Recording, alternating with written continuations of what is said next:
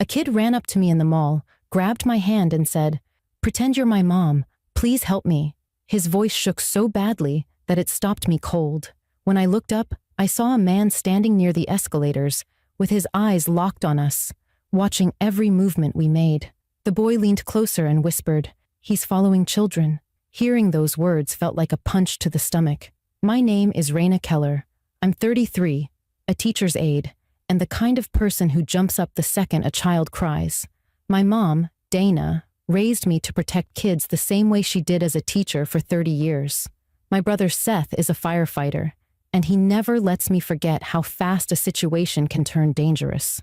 I had no idea that when that child grabbed my hand, one choice I made would end up saving 12 kids. I was at the mall that afternoon to buy a birthday present for my niece, Rowan. I was in a good mood, thinking about the smile she'd have when she opened her gift. The mall was busy with families, teenagers, and weekend shoppers. Nothing unusual or alarming. I walked past the toy store and pulled out my phone to text my mom about dinner plans. Everything felt normal, calm, and familiar. As I moved toward the next store, I felt a small hand latch onto mine. I looked down expecting a child who had wandered away from their parent. Instead, I saw a boy with wide, frightened eyes staring up at me. His face was pale, and his breathing was tight.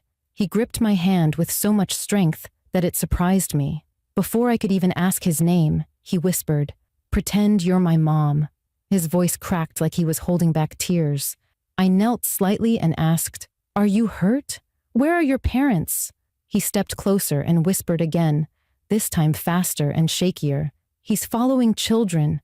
Please don't let him take me." My heart jumped. I turned my head slowly and scanned the area. That was when I saw him. A tall man in his 40s stood about 20 feet away, pretending to scroll on his phone, but his eyes never left the boy.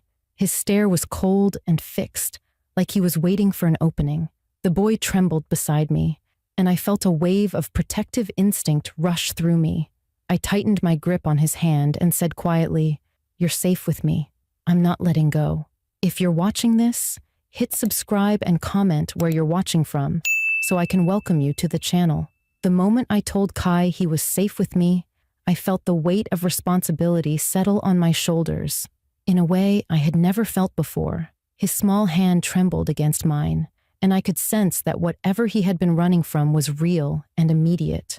I kept my body slightly in front of his, trying to shield him from the view of the man across the mall walkway. The man's stare never moved, not even for a second. His posture stayed relaxed, but his eyes followed every shift in our movements. Something about the way he stood there made my skin prickle. It was the kind of stillness predators have when they wait for the perfect moment to act. I lowered my voice and asked Kai his name again to calm him down. He whispered, "It's Kai," and swallowed hard. I asked where his mom was, and his lower lip shook as he said he had gotten separated when they were walking from the parking lot. He said the man started shadowing them inside the mall, circling near the stores where families gathered. He noticed the man staring at his younger sister, so he moved closer to his mom. When he lost sight of her, the man suddenly moved toward him. That was when Kai panicked and ran. As he talked, he kept glancing over his shoulder, scared the man would get closer. I wanted to tell him everything would be fine, but I didn't know that for sure. I scanned the mall again, trying to memorize every detail. Families were browsing through stores, teenagers were taking selfies, and parents pushed strollers along the walkway. Everything looked normal on the surface, but the man's presence brought a sharp sense of danger that cut through the everyday noise. He pretended to look at a kiosk selling phone cases, angling himself just enough to keep us in view. I shifted, so my back was to him, pretending to talk casually to Kai, but I kept watching him through the reflections on the store window beside us. The man moved the moment we did, making gradual steps in our direction. My heart pounded harder as I realized this was not a random misunderstanding. I needed to think fast. I tightened my grip on Kai's hand and said, "Stay with me. We're going to look for your mom together." My voice sounded steady, but inside I was terrified. I reached into my purse and pretended to check my messages, but instead I pulled up my camera and pointed it discreetly toward the man. I hit record just in case something happened. When I lifted my head again, he was closer, only about 10 steps away now. He kept his expression neutral, but there was something unsettling about the way he watched Kai. I moved toward the nearest store entrance, pushing aside a display rack to make space for both of us. The man slowed as we stepped inside, but stayed near the doorway, pretending to read a poster. Kai clung to my arm so tightly that it almost hurt, and I knew he was on the edge of panic. I whispered, "I'm not leaving you. I promise." I guided him deeper into the store and pretended to browse while giving us distance from the front. The store was crowded enough that someone watching from outside might lose track of us for a moment. I used that small window of safety to speak quietly to Kai. I asked if the man said anything to him. Kai nodded and said the man tried asking him if he was alone. He told Kai he had something to show him outside the mall. Hearing that made anger rise through the fear. This man had been hunting for an opportunity, and Kai had been 1 second away from being pulled outside before I ran into him. I knew I could not stay hidden long. The man would start looking inside stores once he realized we were no longer visible. I peeked toward the front just in time to see him walk past the entrance, scanning inside with slow, deliberate movements. He was circling, searching, calculating. My next steps had to be fast and smart. I pulled Kai behind a rack of jackets, knelt down to his level, and looked him in the eyes. "We're finding help right now," I told him. "You did the right thing running to me. You're not alone anymore." His eyes filled with tears, but he nodded bravely. The weight of the moment pressed down on me. I was no longer dealing with a scared child at the mall. I was dealing with a man who had been studying kids and waiting for the perfect opportunity, and he was not done yet. I stood, held Kai close, and stepped back out into the mall walkway, ready to face whatever came next. When I stepped back into the mall walkway with Kai gripping my arm, I knew hiding was no longer enough. The man was still somewhere close, and every second we waited gave him another chance to close the distance between us. My heart raced as I scanned the crowds, looking for the safest direction to move. I tried to keep my voice calm when I told Kai, "We're going to find help. Stay right beside me." He nodded quickly and pressed himself against me, his small steps working to match mine. I guided him toward the center of the mall, where the foot traffic was heavier. The more people around us, the less chance the man had to approach without being seen. As we walked, I pulled out my phone and opened the mall's website, scrolling until I found the customer service number. My hands were shaking as I pressed call. When someone answered, I lowered my voice and said, "I have a child with me who is being followed. We need security right now."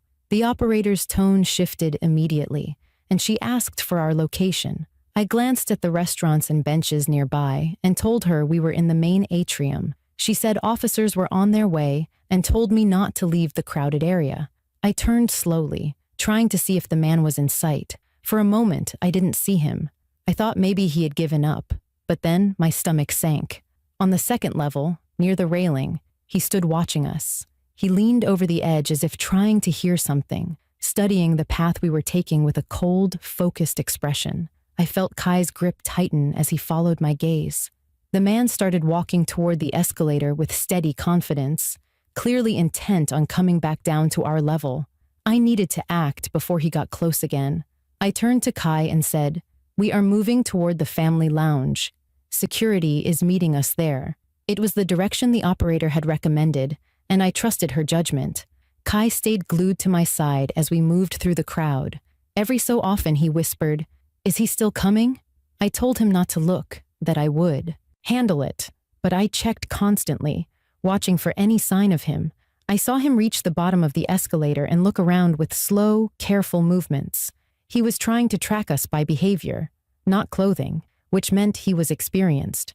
My fear sharpened into determination. We quickened our steps, passing a group of teenagers near the smoothie stand, and that was when Kai pointed toward the arcade entrance across the hall. "He talked to a girl over there earlier," he said quietly. I looked and saw several kids running in and out of the bright, noisy arcade with no adults close by. The realization hit me fast and hard. Kai was not the only child he had been watching. This man had been circling the mall scouting for opportunities. That knowledge pushed me into a higher level of urgency. I pulled Kai close and said, "Don't stop for anything. We're almost there." We turned toward the hallway that led to the family lounge, the place with restrooms and a small play area, one of the safest sections in the mall because it had cameras and security access points. I checked behind us and saw the man weaving through the shoppers, moving faster now but trying not to look suspicious. A woman with a stroller crossed in front of him, forcing him to slow down, and I took that chance to create more distance. When I saw the family lounge sign ahead, relief washed over me, followed by another spike of fear when I realized we had to walk through a narrower hallway to reach it. Narrow spaces meant fewer people. Narrow spaces meant more risk. I gripped my phone and speed dialed my brother Seth. When he answered, I told him quickly, "A man is following a child. Security is on the way, but I need you to stay on the phone." His voice became firm instantly as he told me to stay visible, walk with confidence, and not let the man cut us off. With his voice grounding me, I moved faster. We turned into the hallway, and almost immediately, 2 mall security officers appeared at the end of it, heading straight toward us. The sight of them brought an overwhelming sense of safety. Kai let out a shaky breath, and I felt some of the tension in his shoulders ease. But even with them ahead of us, I checked behind one more time. The man had just stepped into the hallway entrance, his expression tightening when he saw security approaching. He slowed, but stayed there, watching us with a look that told me he still believed he had a chance. That look cemented everything for me. There was no turning back. There was no pretending this was a misunderstanding. I was now the barrier between a dangerous man and a frightened child, and I was ready to see this through. As soon as I saw the 2 mall security officers heading toward us, a wave of relief washed through me, but it lasted only a second because I knew the man was still behind us. I kept Kai close to my side as we moved down the hallway, trying not to draw attention, but also refusing to slow down. The officers' expressions shifted when they noticed my urgency. One of them called out, "Ma'am, is this the child you reported?" I nodded without breaking stride and pointed behind me. "He's following us," I said. "He's right there." The officers exchanged a quick look and immediately picked up their pace. Kai clung to me so tightly that his nails pressed into my skin, but I didn't mind. I pulled him in front of me and said, "Stay with the officers. Don't look back." The man hesitated at the entrance of the hallway like he was calculating his next move. He paused for only a moment, but it felt like an entire minute as I watched him decide whether to continue forward or disappear into the crowd. His body stiffened. Then he stepped forward again with a quiet confidence that terrified me. The officers called out for him to stop. He ignored them, pretending he hadn't heard. One officer repeated the command louder and moved toward him. That was when the man tried to turn away. He shifted his shoulder and angled his body as if he planned to slip back into the mall walkway. The officers reacted instantly. They broke into a run, reaching him before he could escape. One grabbed his wrist while the other blocked his path. The man tensed but didn't fully resist at first, acting confused like he had no idea why they were approaching him. He said something about being lost, but his voice carried a false calm that chilled me. Kai pressed himself against the younger officer who had walked up to us, burying his face into her side. The officer comforted him, but she kept her eyes locked on the situation happening a few feet away. The man tried to pull his arm free, saying he hadn't done anything wrong. His tone sharpened when he realized they were not accepting his excuses. He shifted again, this time in a way that made both officers tighten their hold. One of them told him, "We have received multiple reports about your behavior today. You need to step to the side and answer our questions." Instead of complying, he twisted quickly, as if he were about to sprint. The hall filled with the sound of a struggle as both officers forced him against the wall. He dropped a black backpack in the process, and it hit the floor with a heavy thud. That thud made me flinch because I knew whatever was inside was not something innocent. A crowd began to gather at the end of the hallway, parents pulling their children closer, teenagers filming from a distance, adults whispering in confusion as they watched the officers wrestle the man into cuffs. Once he was restrained, One officer stepped back and grabbed the backpack. He opened it carefully while the other officer kept the man pinned against the wall. When the zipper finally slid open, I watched the officer's face change. He reached inside and pulled out a bundle of small toys that looked like they were meant to gain trust quickly. Stickers, little trinkets, things you hand to a child to make them follow you without question. Beneath those items were several folded papers. The officer unfolded one and froze. Then he handed it to the other officer. I stepped closer, my breath catching in my chest when I saw the list of children's names scrawled across the page. Each name had a description beside it: age, hair color, clothing. At the bottom was a line that made my knees weaken. Targets for Saturday. Today was Saturday. The officers shared a look of alarm before one of them turned to me and asked, "Did the boy mention anyone else?" I nodded and said, "He said the man was watching children near the arcade and the fountain earlier." The officer stepped away immediately and radioed for backup, telling security to sweep those areas and look for any children who were alone or separated from their families. He reported the list, emphasizing that there were several names on it. The realization of how many kids were in danger made my stomach twist. Within minutes, more officers and mall staff spread out across the building. I stayed with Kai and the officer while she tried to gather more information from him without overwhelming him. He pointed toward the arcade and said he was waiting near the entrance watching kids go in. The officers confirmed that several children had been identified as potential targets based on the notes found in the backpack. Some were already being reunited with their parents. Others were being located by staff. As the officers walked the man out of the hallway in handcuffs, he turned and looked at us with a stare that felt empty and calculating. Knowing he was finally caught made my fear fade into relief, but that look stayed with me. When the mall security supervisor approached and said, "Your call just saved a lot of kids today," I felt something heavy lift off my chest. I held Kai's hand and whispered, "You're safe now." And at that moment, I finally believed it. The moment the officers walked the man away in handcuffs, the hallway finally felt safe enough for me to breathe again.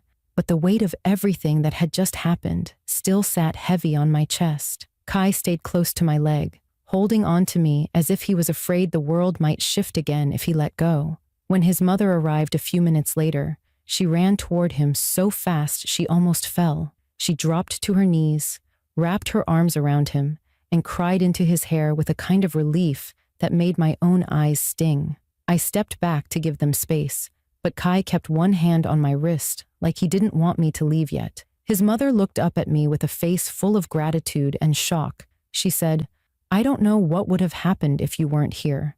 And I could barely respond because the reality of that truth settled deep into my stomach. Mall security asked us to walk with them to their office so they could take our statements. The room was small and bright, with monitors showing every corner of the mall. An officer handed me a bottle of water, and I realized my hands were still shaking. Kai sat beside me while his mother explained how they got separated when she bent down to tie his sister's shoe. She said she turned around, and he was gone. Her voice broke every few sentences, and I could hear the guilt in every word. I told her Kai did exactly what he needed to do. He found someone he thought could keep him safe. That seemed to calm her a little, but she still held onto his shoulders as if she were afraid he might disappear again. When the lead officer came in with their findings, the entire room went quiet. He explained that the man had been watching children for over an hour, circling from one end of the mall to the other. He had approached at least 2 children earlier, but their parents arrived at the last second. The pages in his backpack contained notes about 12 kids, including descriptions of what they wore and the places he spotted them. He also had old mall maps marked with circles around family areas, play zones, and entrances where quick exits were possible. Hearing all of that made my stomach drop. The officer said, "If you hadn't stepped in when you did, he might have gotten away with one of them." I looked at Kai and then at the monitors showing families walking through the mall, unaware of how close they had come to losing something precious. The thought made my throat tighten. They also pulled up footage showing the man trailing Kai earlier, watching him with the same cold, patient stare he had given us in the hallway. Seeing it on the screen made everything feel even more real. After giving our statements, Kai reached for my hand again and whispered, "Thank you for helping me." His voice was soft but steady now, and hearing those words made every moment of fear worth it. His mother hugged me and wouldn't let go for several seconds. She said she wanted my number so she could thank me properly when she calmed down, and I told her she didn't owe me anything, but she insisted. When security finally escorted them out, I sat alone for a moment, letting the adrenaline drain out of me. My legs felt weak, and my chest felt heavy, but underneath all of that was a deep sense of clarity. I called my brother Seth next. He answered on the first ring, and when I told him everything was okay, he let out a long breath that sounded like he had been holding it for too long. He said, "I'm proud of you, Reina. You trusted your instincts and you saved that kid's life." Hearing my brother say those words grounded me in a way I needed. When I got home later that evening, I told my mom everything. She cried at the part where Kai grabbed my hand and begged me to pretend to be his mom. She sat beside me and said, "You were meant to be there today. You made the right choice." That night, I kept thinking about how easy it would have been to brush Kai off, to assume he was being dramatic, or that a parent was nearby. But something inside me recognized the fear in his voice, and acting on that instinct made all the difference. I learned that danger does not always announce itself with loud alarms. Sometimes it walks in plain sight, wearing a calm expression and blending into a crowd. And sometimes the smallest decision can change the course of more than one life. I still check crowds differently now and pay closer attention to the children around me, not out of fear, but because I now understand how much it matters to see what others overlook. And even if no one ever knows what happened that day, I know the truth. One small act kept 12 children safe, and that is something I will carry for the rest of my life. If you made it to the end of this story, make sure to subscribe to the channel and tell me in the comments where you are watching from, so I can greet you personally.